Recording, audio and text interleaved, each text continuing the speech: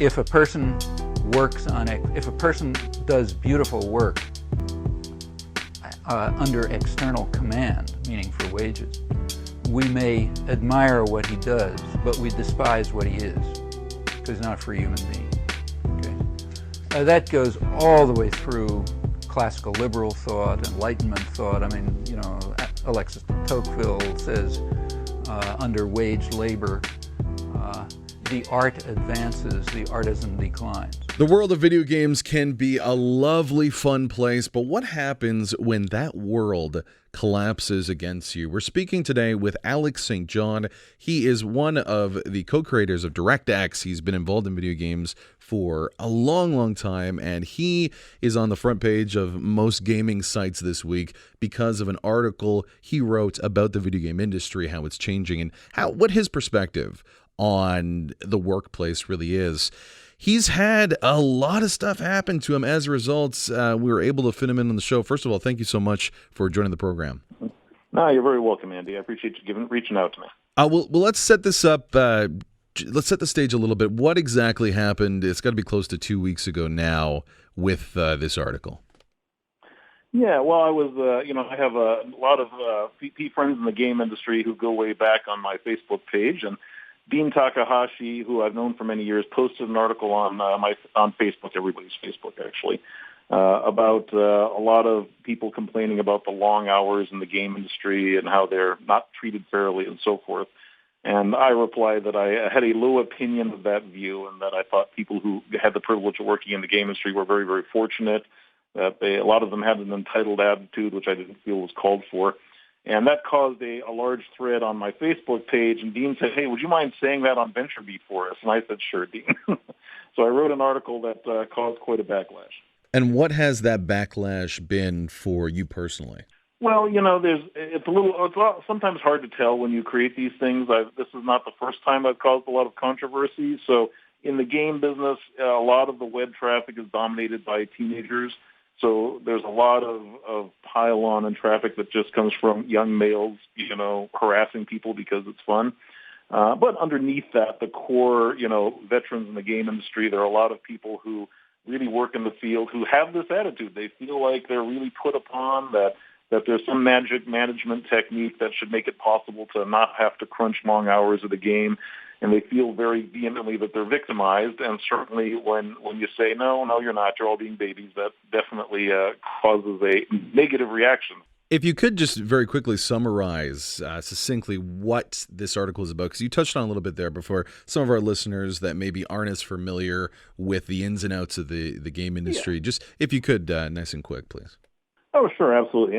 The basic proposition is that making video games is a very demanding business. It's very, very competitive. It's fun. Everybody wants to do it.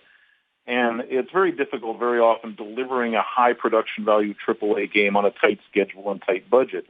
And so very often delivering a major title or even small titles can take an enormous push at the end. And professionals in the game industry, and everybody I've worked for years, they all know that. Of course, you try to manage your way around it, avoid it, plan for it, and so forth, but it's kind of inevitable. When you have people who are really vociferously claiming to be victims and victimized by being expected to crunch long hours to finish a game, that's where you go, okay, guys, that's a little unprofessional and probably unreasonable, because anybody in the gaming field who has the expertise, it takes enormous talent to get a job in gaming. If you can get a job in gaming, then you can negotiate your compensation package, and you certainly shouldn't pretend that you're shocked that it takes a lot of hours to finish a game and that people expect you to do that.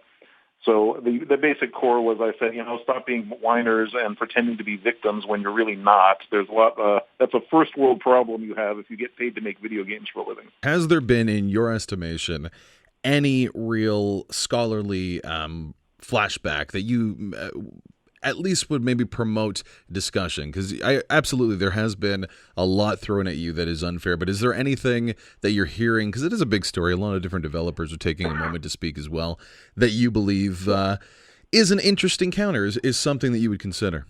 Yeah, well, of course. I think there are a number of interesting counters. VentureBeat featured an article by an independent indie game developer, which was, I thought, very telling or very informative, because He took the position that he vehemently disagreed with me, and yet he had started his own indie game developer and was making games on his own and doing what he loved, which was exactly what I had advocated. So one of the things that's interesting is that that tone and that message is immensely unpopular or politically incorrect.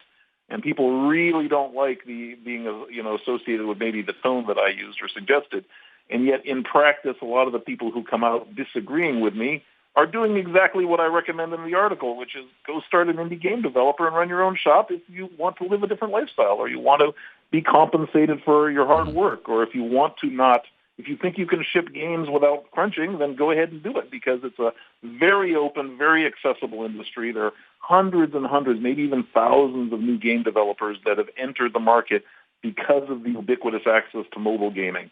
So anybody who gets upset about a large publisher not treating them fairly from their point of view, if you're good enough to get a job at one of those places, you're good enough to do anything you like, including get paid by a big, boring, productivity company twice as much money to work 40 hours a week. That's perfectly accessible to these people. So the victimology I just don't get. And people really hate it when you tell them they're not victims, and they seem to really want to be.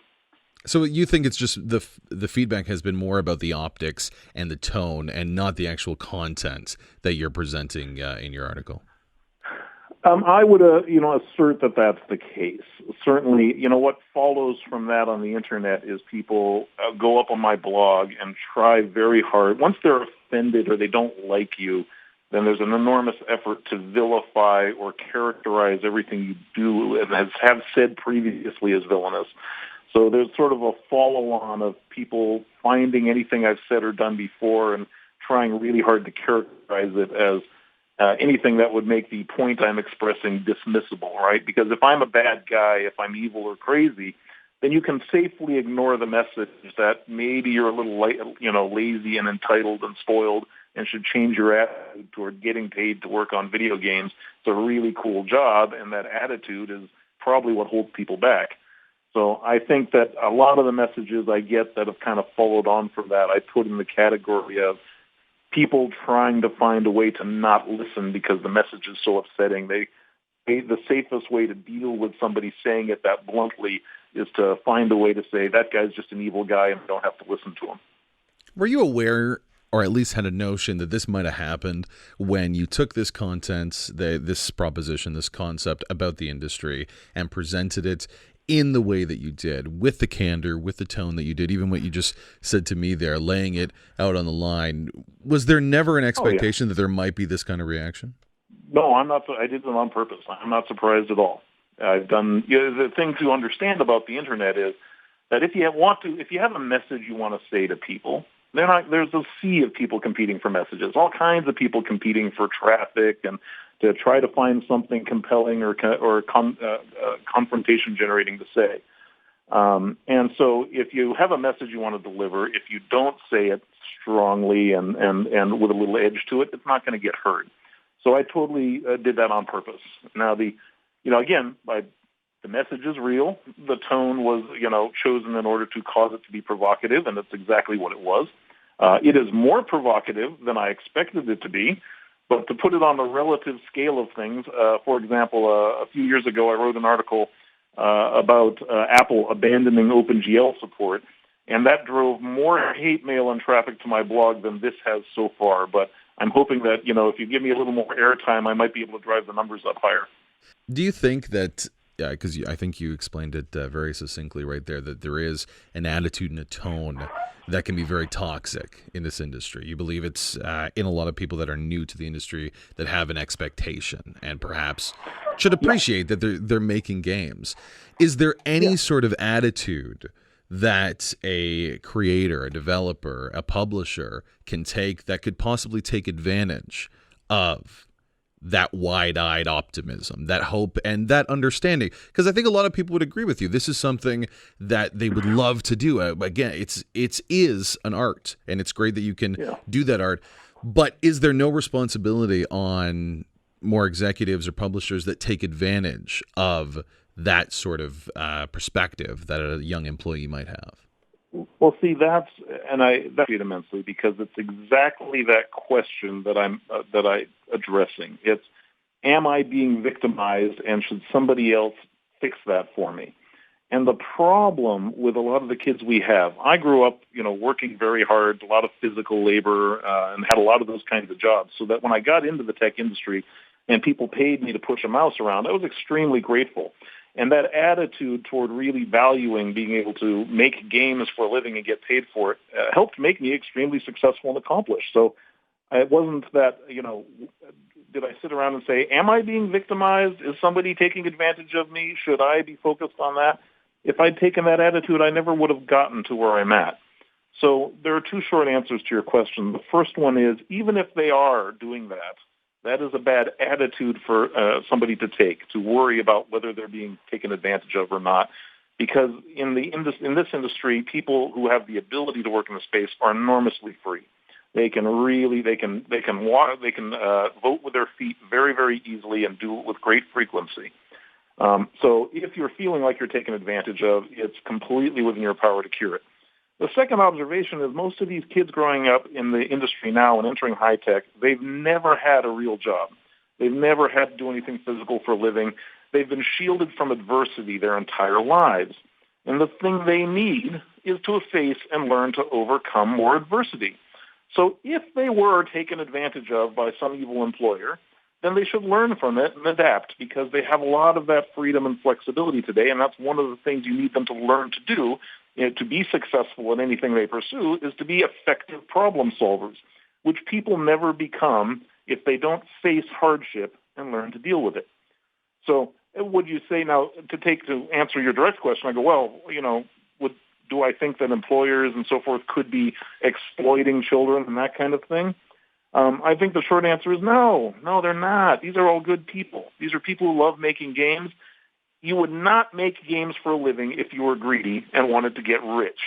You would make games. The only people who make games for a living do it or got into the field because they love it, at least on the mid-sized studios. You can talk all you like about large corporations and so forth, but certainly the vast majority of people in the game business do it first because they love it and became successful enough that they could make a living from it and learned how to do that.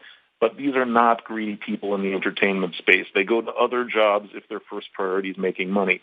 So, and their joy is making the games and working with people they like. So if they're hiring kids and they're hiring people, it's often because they're trying to pass on the skills and the experience, and they're also they're looking for more people like them to work with. So I have never met people in the game industry that I would, again, I understand that I'm, Lex Luthor here, but that I would consider being greedy or trying to capitalize on the kids. My motivation is always like working with intelligent people. I find raising and training new engineers really rewarding, and I always appreciate it. And one of the things you try to train them to is to learn to get things done at whatever cost or sacrifice it takes, because if somebody doesn't ship the game, everybody loses their job, and that's how you end up not making games for a living.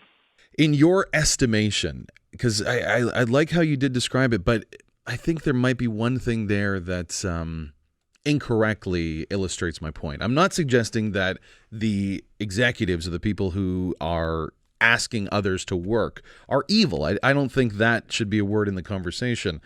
But there has to be a step where 80-hour weeks don't continue for years at a time, just for an individual, even if you love it, even if it is an art form. And I think a lot of us do. We're in media. We spend 80-hour weeks doing this stuff because we love it. Is it wrong to ask for a standard of living and for a life and do things you love? Can there not be that balance in a workplace, or does that crunch have to be in the video game industry? And again, what I'm trying to be clear is separating people's personal attitude and individual as an employee being successful versus what reality may be. Reality can be all kinds of things that are true at the same time, but your attitude is how you choose, what you choose to focus on, and how you choose to deal with the problems reality presents you with. So the first is that I have no problem with people going, I want a balanced lifestyle. I want to work 40 hours a week. I want to make enough to spend time with my family and get by and do something I love. And I understand that. That's perfectly reasonable. And people, if that's what they want, that's absolutely what they should optimize for. But they optimize it with their feet, with finding the right job and the right career, for negotiating their expected role and positions and compensation based on wanting to reach that goal. The job industry for tech workers is extremely hot. People move fast. Everybody is sought after. Everybody has a lot of freedom and choice. So the way I'd phrase that is, if balance is what you want, it's easy to have. You shouldn't be complaining about it. If you're complaining, do something. The characterization from some of these people that they reach the highest, most elite echelons of professional game development, and they are trapped and victimized by their employers who unreasonably ask them to work 80 hours a week when it's a shock to them, is the thing that I have a real contention with, because I go, I don't believe that's true. That can't be, all of those facts cannot be true. Now, in terms of there's things employers, nobody wants to work, which is drudge or crunch, 80 hours a week for years at a time. I worked on Windows 95 at Microsoft in the 90s, where the crunch for Windows 95 at Microsoft lasted for us for years, 4.5 years long. It was an extremely long hike, and it was very hard on people. I was a nerd. I was there with thousands of other nerds like us. We really thrived on it. It was hard. It was a hardship. We all had Microsoft stock options and knew that in theory we were becoming millionaires while we were doing this. But the truth was that we didn't appreciate any of that at the time. We just knew that to deliver Windows 95, to get that product out the door, it was what was called of us. And if our management had made mistakes, if the executives at Microsoft had not expected Windows 95 to be harder to ship than they had, that was certainly they were doing everything in their power to rectify that. So we didn't sit around blaming our management that it was necessary to make those sacrifices to do that. We understood that, hey, whatever had happened, our management was on the same team we were, trying to deliver a successful product. And we had all accepted compensation packages that ensured that if the product was successful, we all did very well. And that is also true in the game industry. These companies that when you sign on, you can say there are huge numbers of contract positions where you can say, I want to be paid hourly, and here's my hourly rate. And all of these studios, especially the big ones, hire people on those terms. So take one of those jobs if you want to be paid hourly. They pay you hourly. If you're taking a salaried position, there's almost always stock options associated with that. And negotiate for your hours and your work, your compensation and your stock options, because anybody willing to hire you wants you at that point, and you have some leverage. You can get the deal you want. So do I think that do bad management practices and disorganization lead to unnecessary crunch time? Yes, absolutely true. Happens all the time. People should try not to do that. It's obvious. There's no manager at a big company who wants that to occur. So from that point of view, blaming or pretending that these guys are victimizing you when that's the last thing they want to be doing as well. And people also, in my management, they just want to churn and burn me out and replace me. No, they don't. It's enormously expensive and difficult to replace you. That's the last thing they want to do. So it does seem, Alex, that speaking with you, a lot of what you've said may have been lost in the optics and the tone of the article, at least what the responses were. There's been a lot of vitriol, a lot of hate thrown at you. It seems like a lot of this is theater coming from your perspective. Is that a fair assessment? Is that all right to say? Yes, it is. Okay. So yeah. Since you're operating in that way, you don't mind the fact that you're getting this level of vitriol back then in some ways. No, I don't mind. It's how do you put it? The message didn't get heard on the internet if you didn't get a certain antibody reaction to it. Right? Mm-hmm. It's like pulling a Band-Aid off a wound. If you really wanted to have an impact, and the message is a real one from me, by the way. But if it isn't a little controversial, if it doesn't cause some ire, then it didn't get delivered. And there are just so many of these kids. There's studios all over the world. There's lots and lots of talent coming out of third world conditions that are as technical and hungry, and they want those gaming jobs. They're creating new markets for games. And I see an ocean of American kids graduating with a sort of spoiled, entitled, sulky victim kind of attitude toward their jobs and employers. And you go, you guys are just going to lose your own opportunities for yourself, and that's a shame to see. And if it upsets some of the ones who aren't going to learn anyway and causes a lot of rage, so be it. That will help the message reach the ones who do have a chance of saving themselves. So again, if they don't want to hear, if the internet, if the masses that might be listening to this don't want to hear from you, they probably shouldn't respond in kind with that same level of theater. Of course, they're seeking it out. I mean, you think about it, you look, and I just wrote an article on the blog. You don't have to hunt down my webpage, register in the comments section to send me, one-word insults or so forth if you really have nothing better going on in your life and nothing better going on in your day. If it really upsets you and you don't like the message, ignoring it's an option. But they don't ignore it because it really hits home. They know they're lazy. They know they've lost themselves. They don't know how to be successful, that they're looking for some purpose. And so when somebody tells them that bluntly, they've never heard it before, and it's extremely upsetting to them. So, of course, I expect them to lash out, to pile on and do those sorts of things. Of course, that's expected. All right, again, we have Clint Eastwood, Get Off My Lawn here. No, it's Alex St. John talking about his work in video games, a recent article that he did, posting the basic premise succinctly that we should be happy if you work in this industry. You should not complain, perhaps, because you are doing a job that a lot of people want to do. And then on top of that, many layers of theater. So thank you very much for joining the program. Again, if you don't want to hear from him, he just sent it here. Don't respond back with that explosion. It's what the system that he's trying to build here, right? So if you don't want to hear from him, don't respond back. We're going to be back right after this break. Just got to take a quick break. Thanks again, Alex. Really appreciate you taking the time. Thank you, Andy. VGS Talk Radio, AM 640.